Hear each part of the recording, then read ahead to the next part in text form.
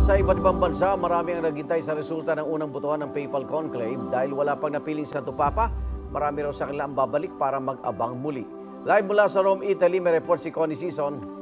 Connie, kamusta ang mood dyan sa paligid? Yes. Nag-uwian na, no? Yung ating crowd estimate kanina ay 45,000 base yan sa Vatican Police. Pero mabilis lang din nag-disperse na wala. Nung as soon as nakita nila yung itim na usok, ay sabi nga nila nung mga ibang na-interview ko, tinatanong ko kung sila ba ay masaya o hindi sa resulta ng nakita nila. Sabi nila expected na daw nila yon.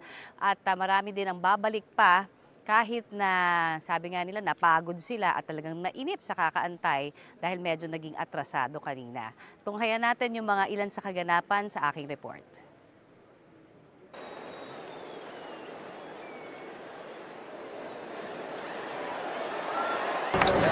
Eksaktong alas 9 ng gabi.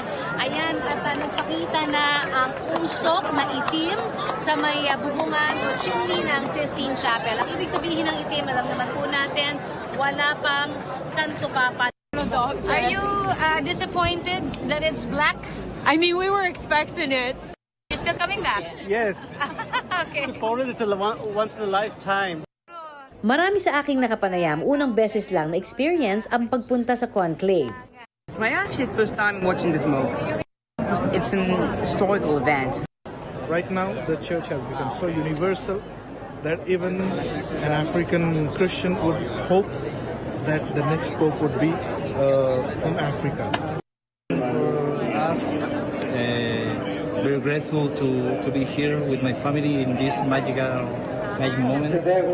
Masaya dahil nandito kami para suportahan si Cardinal Tagle. Maaga pa lang pumwesto na ang karamihan sa mga deboto sa St. Peter's Square para siguruhing masisimulan nila ang conclave.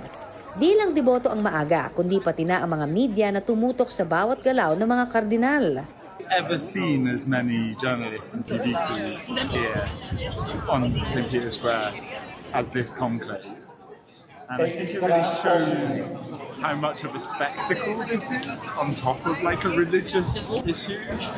And I think in the world of social media and online reporting, it's just really clear how powerful. Nakapitong beses ng hantsaw ang mga naiinip ng deboto. Pumapalaktak sa hangaring marinig sana sila ng mga bumobotong kardinal.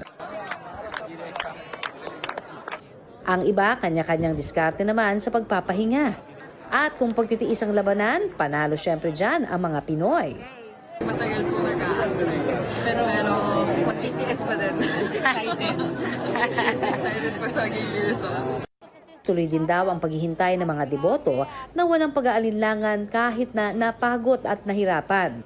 Importante daw sa kanila, masilayan ang puting usok na sumisimbolo ng pag-asang dala ng panibagong Santo Papa sa kanilang pananampalataya. Bagamat wala na halos yung crowd kanina na talagang halos hindi mo na mahulugan ng karayom sa dami, ay babalik naman yan bukas dahil talagang ang gusto nilang makita ay yung puting usok na syempre sabi nga nila yan ang simbolo na may pag-asa dahil sa may bago ding Santo Papa. At etong mangyayari bukas ay magkakaroon nga ng pagtutuloy ng botohan, no? So merong 4 na botohan simula bukas ang mga kardinal, 2 sa umaga at 2 rin sa hapon, no? At mag-aabang din tayo dahil bukas merong 2 beses na maglalabas ng usok muli sa chimney ng Sistine Chapel. Bakit 2? Dahil yung 2 mga boto, no, pares, ay iisang beses lang susunugin sa pagkakataon na yan. So sa umaga at sa hapon, 2 lang din ang lalabas na usok. Igan? Connie, anong personal mong naramdaman nung nakita mo yung itim na usok? Well, syempre dahil abang ng abang kami at naghiyawan yung mga tao, ako rin talagang first time ko rin ma-experience ito na nadamay din ako syempre, napasigaw din ako medyo. Pero alam mo, masaya kasi yung mood dito, no? Kahit nasabihin na natin na talagang masakit sa paa, na nag-aantay ka't nakatayo ng ilang oras. Kasi tandaan natin, marami dito sa mga pumunta ay hindi lang naman pumunta ng mga alas 7 na ng gabi. Marami sa kanila ay umaga pa lamang, naririto na at nag-aabang pumupwesto dito sa St. Peter's Square.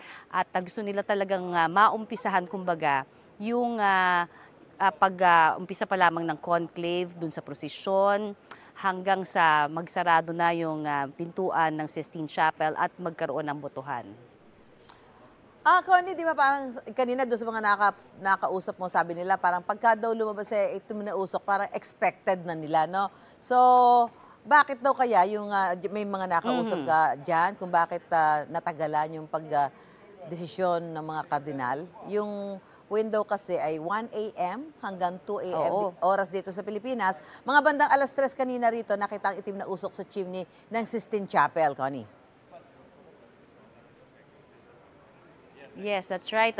Yan din ang tanong ng lahat ng mga kasamahan nating media dito. Bakit ang tagal?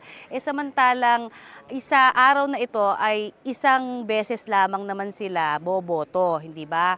At ang nakausap nating source ay sinasabi niya na meron daw kasing mga ilan-ilan din na mga cardinal electors na nagbigay ng mga talumpati during the conclave, which is very unusual.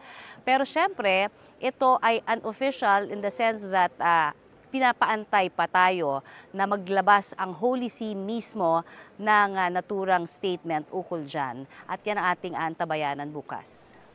Connie, si Ivan to, pakiulit mo lamang para sa mga nandito sa Pilipinas, yung mga nag-aabang din, anong oras kaya nila ma-expect today? Ngayon ay 6 a.m. Thursday dito sa Pilipinas. Anong oras kaya nila abangan na posibleng magkaroon ng usok ulit? Okay. Sa ating mga nakausap again sa Holy See, ang sabi nila expected is 10:30 in the morning.